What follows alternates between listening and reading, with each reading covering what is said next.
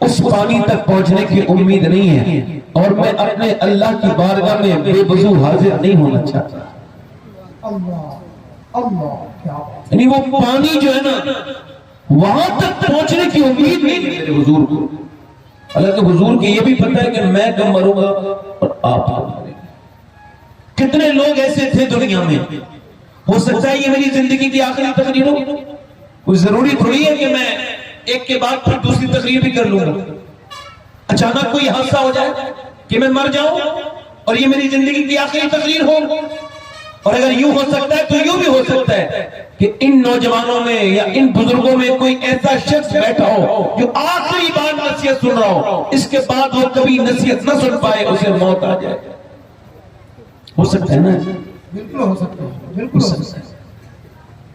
اگر ممبروں سے، حضور کے ممبر سے کہوں کو فروغ ملے گا، اگر حضور کی ممبر پر بیٹھنے والا آدمی جوکروں والے کام کرے گا، تو پھر یہ بتاؤ کہ اس قوم کو عبرت کہاں سے ملے گی، نصیحت کہاں سے ملے گی؟ جب ممبر پر تماشا ہونے لگے تو آپ مجھے بتاؤ کہ پھر پبلک کو کہاں سے ہدایت ملے گی، وہ کہاں سے قرآن سمجھیں گے، کہاں سے حضور کو سمجھیں گے؟ آپ یقین جانو، میرے آقا کریم ارشاد فرماتے ہیں، میرے حضور فرماتے ہیں کہ اگر جانوروں کو یہ پتہ چل جائے کہ ان کو مرنا ہے، جانوروں کو پتہ نہیں کہ انہیں مرنا ہے، فرماتے ہیں اگر بھینس کو، بیل کو، جانوروں کو یہ پتہ چل جائے انہیں مرنا ہے تو تمہیں کوئی موٹا جانور کھانے نہیں ملے گا، سارے جانور موت کے خوف سے سوکھ کے کاٹا ہو جائے۔ اس لحاظ سے اپنی زندگیوں کو غنیمت سمجھیں، اپنی زندگی میں تبدیل لے کر آئیں۔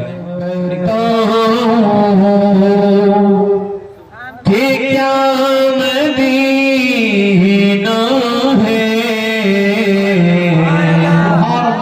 سبحان اللہ کیا بتاؤں کہ کیا مدینہ ہے، کیا بتاؤں کہ کیا مدینہ ہے، کیا بتاؤں کہ کیا مدینہ ہے، کیا بتاؤں کہ کیا مدینہ ہے، بس میرا مدینہ ہے، بس میرا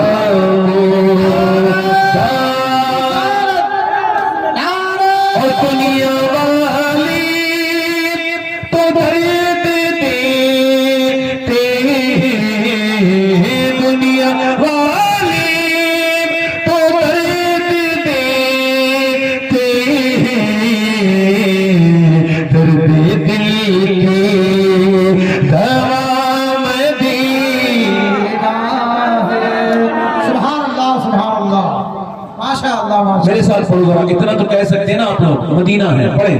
درد دل کی دوا مدینہ ہے، درد دل کی دوا، مدینہ اور اس کی آنکھوں کا نور تو دیکھو، اس کی آنکھوں کا نور تو دیکھو،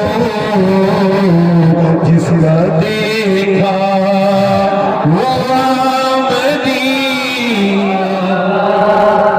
مدینے چلے جاؤ، سبحان اللہ۔ کہ بینکوں میں پیسے جمع کر کے نہ رکھو، ہاں بینکیں بھری جا رہی ہیں، پلاٹ خریدے جا رہے ہیں، گاڑیوں پہ گاڑیاں خریدی جا رہی ہیں، مدینے کے نام پہ بلاوا آئے گا تو جائیں گے، کچہری سے بلاوا آ رہا ہے، گاڑی کی کمپنی سے بلاوا آ رہا ہے، مدینے سے بلاوا نہیں آ رہا۔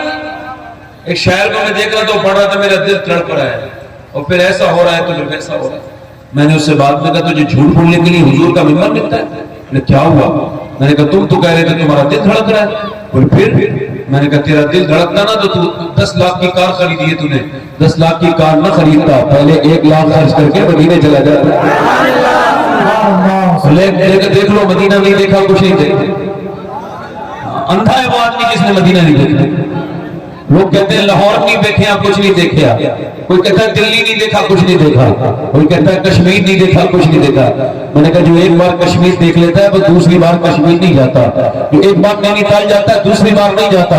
جو لندن ایک بار جاتا ہے پھر وہ لندن نہیں جاتا. جو گھومنے ایک بار مالدیو جاتا ہے وہ دوسری بار نہیں جاتا.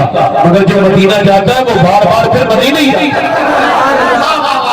جو نہیں جاتا اس کے دل میں چور ہے. میرے امام کہتے ہیں پھر نہ کروٹ لی مدینے کی طرف چلو جھوٹے بہانے والے. یہ اعلیٰ حضرت کا لہجہ ہے. فرماتے تو مدینے واپس گئے ہی نہیں, تیرے سب جھوٹے بہانے ہیں. اللہ اکبر. اللہ فرماتے ہیں مدینے ایک انسان جاتا ہے تمنا لے کے. فرماتے ہیں تمنا لے کے گئے اور داغ لے کے چلے. یعنی تمنا لے کے گئے تھے اور مدینے کا داغ دل میں لے گئے. جو ایک بار مدینے دل سے دیکھ لیتا ہے نا پھر وہ مدینہ کبھی بھول نہیں سکتا. اور یاد رکھو مدینہ وہ ہے کہ جہاں مر جاؤ تو پھر جنت ہی جنت ہے. سبحان اللہ. وہ غالب تھا جس نے کہا تھا دل ہی تو ہے نسب گردیش, درد سے بھرنا آئے کیوں, روئیں گے ہم ہزار بار, کوئی ہمیں رلائے کیوں. میرا امام بریلی سے کہتا ہے پھر کے گلی گلی تباہ, ٹھوکریں سب کی کھائے کیوں, اور دل کو جو عقل دے خدا تیری گلی سے جائے کیوں.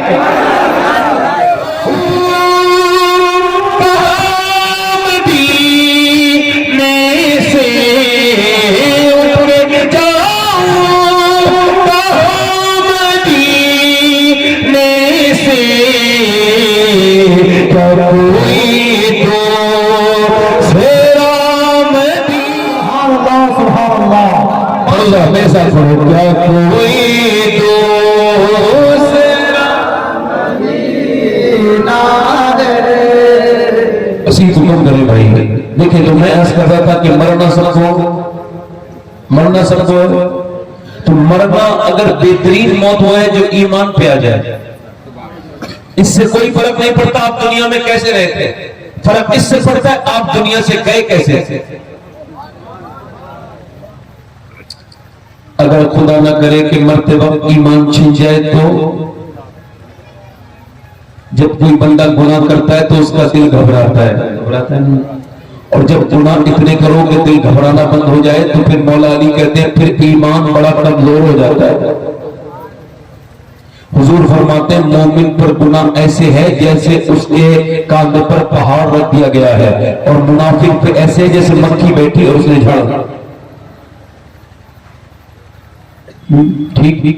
حضرت سیدنا ابو ہریرہ, نوجوان لڑکے میری تقریر کو بڑے غور سے سنیں. حضرت سیدنا ابو ہریرہ کا نام سنا ہے آپ نے؟ حضرت ابو ہریرہ, سب کہہ دو رضی اللہ تعالیٰ عنہ, سب کہہ دو رضی اللہ تعالیٰ عنہ. حضرت سیدنا ابو ہریرہ سے اتنے بڑے صحابی, اتنے بڑے محدث, انتقال کا وقت ہے, کبھی کانپتے ہیں, کبھی روتے ہیں, کبھی پیلا رنگ ہوتا ہے, کبھی سرخ رنگ ہوتا ہے, رنگ بدلتا چلا جا رہا ہے, کبھی پیلا ہوتا ہے, کبھی سرخ ہوتا ہے. کسی نے پوچھا اتنے بڑے صحابی کو کیا موت کا ڈر ہے؟ کیا ابو ہریرہ موت سے ڈر رہے ہیں؟ کہنے لگے نہیں. پھر کس بات کا ڈر ہے؟ کہنے لگے میں موت سے نہیں ڈر رہا ہوں بلکہ نبی پاک کی حدیث یاد آئی. حضور فرماتے ہیں جب تک انسان نہیں مرتا جب تک اسے یہ نہ بتا دیا جائے کہ تو جنت کی طرف جا رہا ہے یا جہنم کی طرف جا رہا ہے. تو چونکہ میری یہ موت کا وقت ہے تو میں اپنے اللہ سے کہہ رہا ہوں مالک ابو ہریرہ پہ کرم کرنا, اس کی موت کا وقت قریب ہے. اگر اس وقت انہیں اس پہ کرم نہ کیا تو ابو ہریرہ برباد ہو جائے گا. ابو ہریرہ کے گناہوں کو معاف کر دینا اور مجھے جہنم سے آزادی عطا کر کے جنت کا گھر عطا کرنا میرے والے.